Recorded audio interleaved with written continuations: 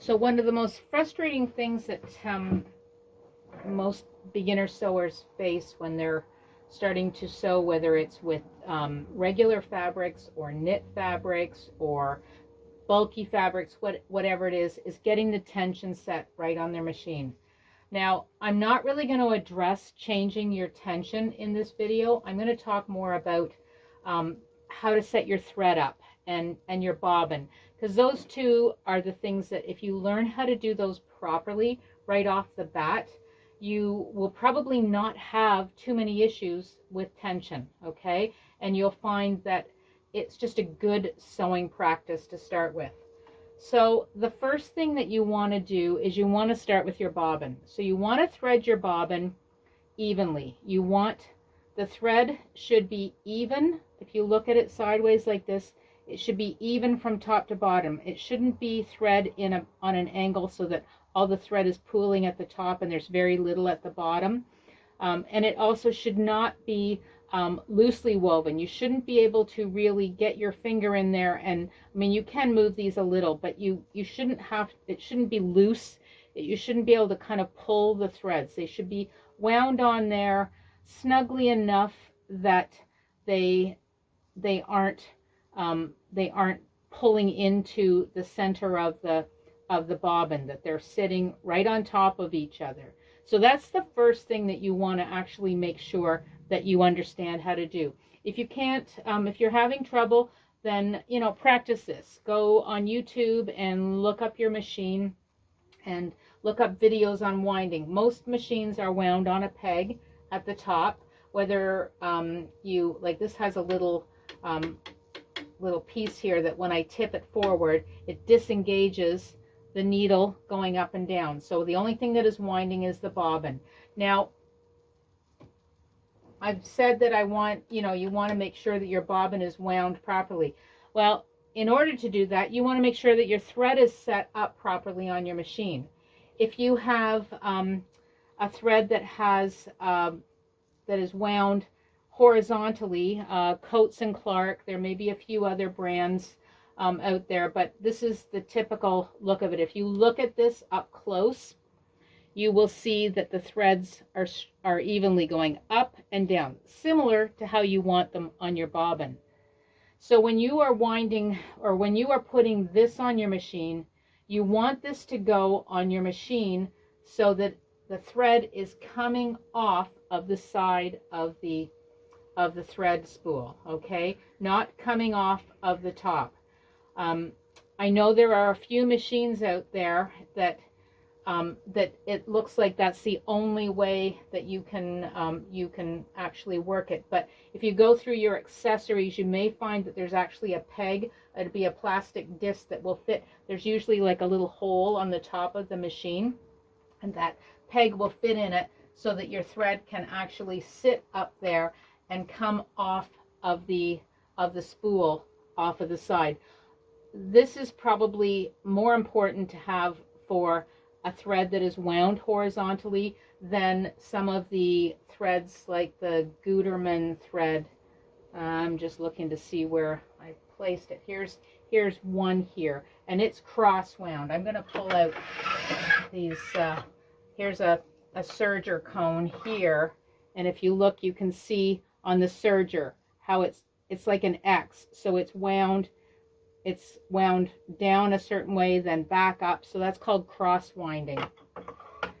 So you can, if you've got like a small cone or a small spool of thread like a Gutermann or a Mettler, you can put this on your peg at the top and you can have it coming off. It's not twisting the thread the same as on a thread such as a Coates. So what happens is, as it's coming off, it's going straight, you've got it threaded into your machine, and the thread is staying flat, it's not twisting. If it's coming off of a peg on a horizontal angle, every time, actually let me get the side that doesn't have the little snip in it, every time it goes around, it twists. So it's twisting all the way down till it comes down here. So that quite often will cause problems with with skip stitches, with your thread breaking, catching in the needle and breaking. So definitely you want to make sure that when you're using a thread with a horizontal weave on it, that it's coming off of the side of the machine. Okay, so once you've got that in place, let's move some of these extra threads out of the way. Then you want to make sure when you thread your machine for winding your bobbin that you've got a nice, fairly horizontal route from the spool across to where it's going to wind on the bobbin. And there's usually a little disc of some sort, whether it's a little bit of a tension disc or something that your thread will go through before it actually gets to the bobbin.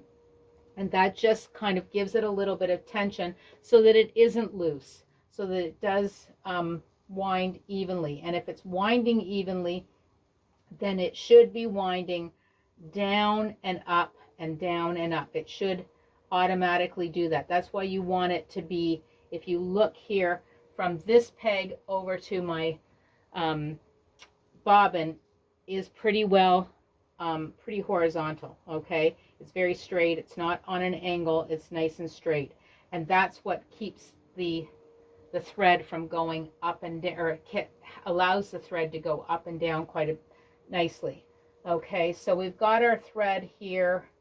I'm just gonna take this one off for just a second, and I'm going to show you another machine here that has, let's just get this turned here. So this is one of my other machines, and this has a peg. If you look at it, you can see that this peg actually moves, so I can put my thread on this way and go through all the guides till I get to threading the needle. And another thing, you want the take-up lever. You want to make sure that your take-up lever is at the very top. Okay, you don't want to miss this, because if you miss this, catching this when you're threading, another reason why you're going to have jumbled up stitches, things are not going to look right, and you're going to just have a mess in your bobbin. Okay, so anytime it's coming off straight like this, you don't necessarily need anything on top of the thread. Sometimes I will put a cap on it just to keep it from bouncing around. I don't want to smash it down so that it's not moving evenly. So you want to make sure that if you do use a cap, that the spool is actually able to move. So it's spinning normally. It's not being pushed so that it's hesitating as it's turning, because it is, the spool is turning as the thread is coming off. Whereas when you use a spool, such as a Gutermann or whatever that is cross-wound, you want to use the size of cap. So this one is a smaller one. So it's better to have the cap. Cap has to be bigger than the top, but not smaller. So this one, you can see it's just a little bit bigger. So now this I am going to have, I'm going to turn my spool so that my my thread is now coming off here. So what happens here is the thread is coming, actually don't need to have it in that, so it's coming off the top of the spool. Okay, if it's coming off too fast, I have another little guide here. So what happens is it sort of prevents it from going off the top. It's now going sort of off the side, but it just play around with that. The idea is you want to make sure that your thread is able to turn, so that when you're winding your bobbin or you're stitching, that your thread is not being stuck or hesitating anywhere. So what happens when you don't have, say you don't have a horizontal pin, or maybe your peg is broken? You know, you may have something broken here. So I'm going to show you back to this machine here, a few options.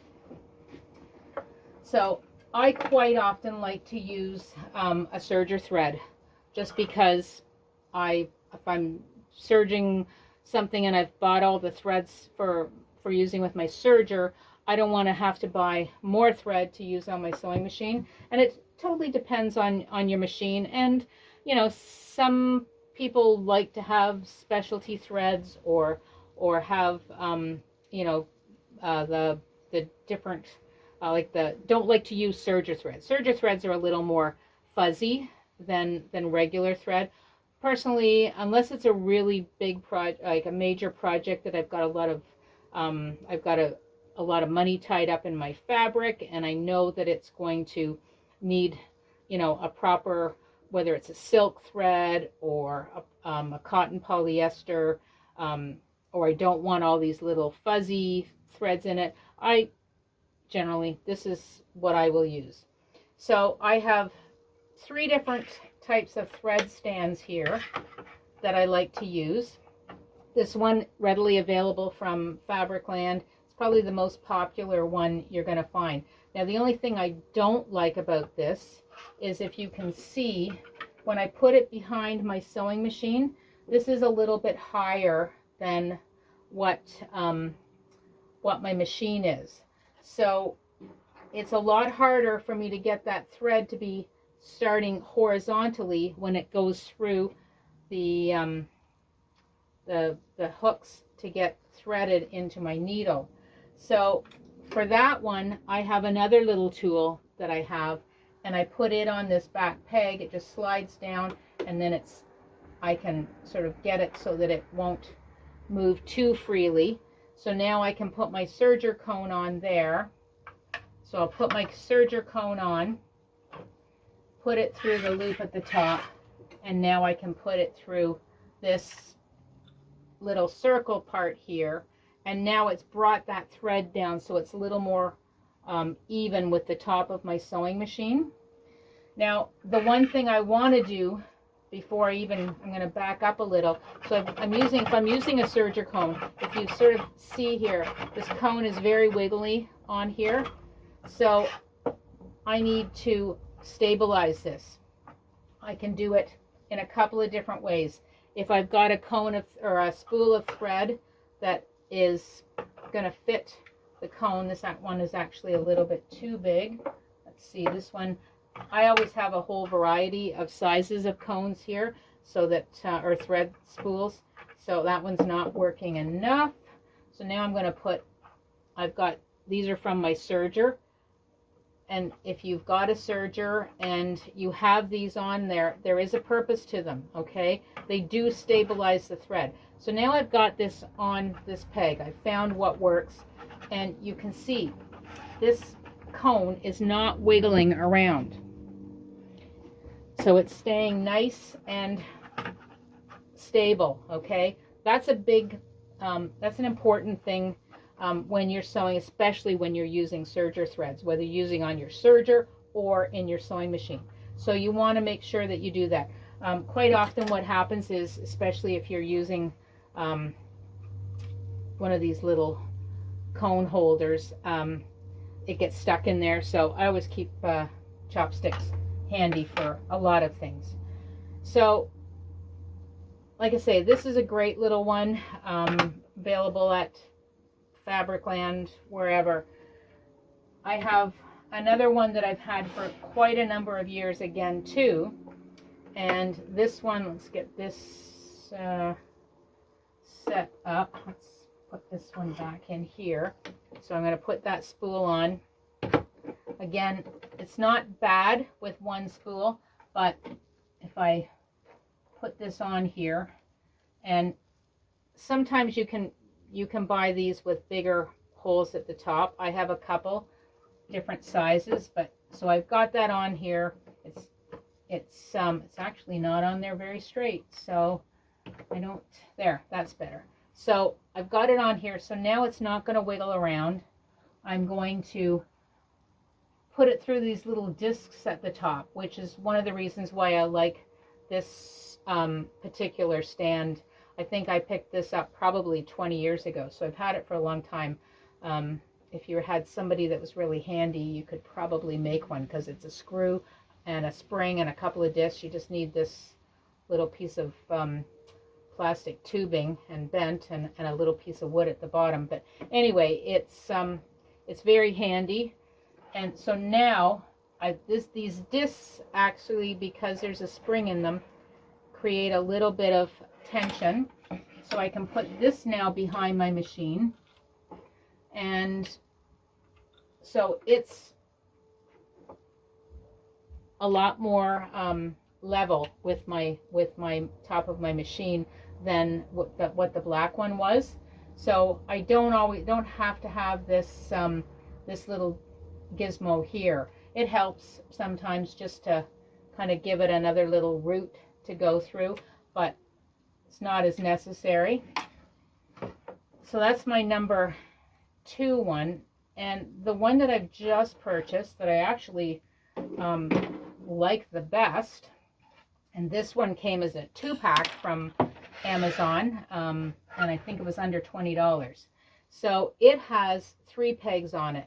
Now I did purchase separately some plastic cone holders, and they do come off. They're a little bit sticky, but they do fit on here nicely. So depending on the size of the plastic cone that I'm fitting it on, whether I need this pushed up at the top or if I need it down at the bottom, I've got it on here. So then there's 2 discs here, or 2 little slots here at the side to put my thread through, and one in the middle, which, just like I say, it just gives it another route to take on. So now I can position this to the back and I can do my threads. Now I had this set up the other day for a twin needle.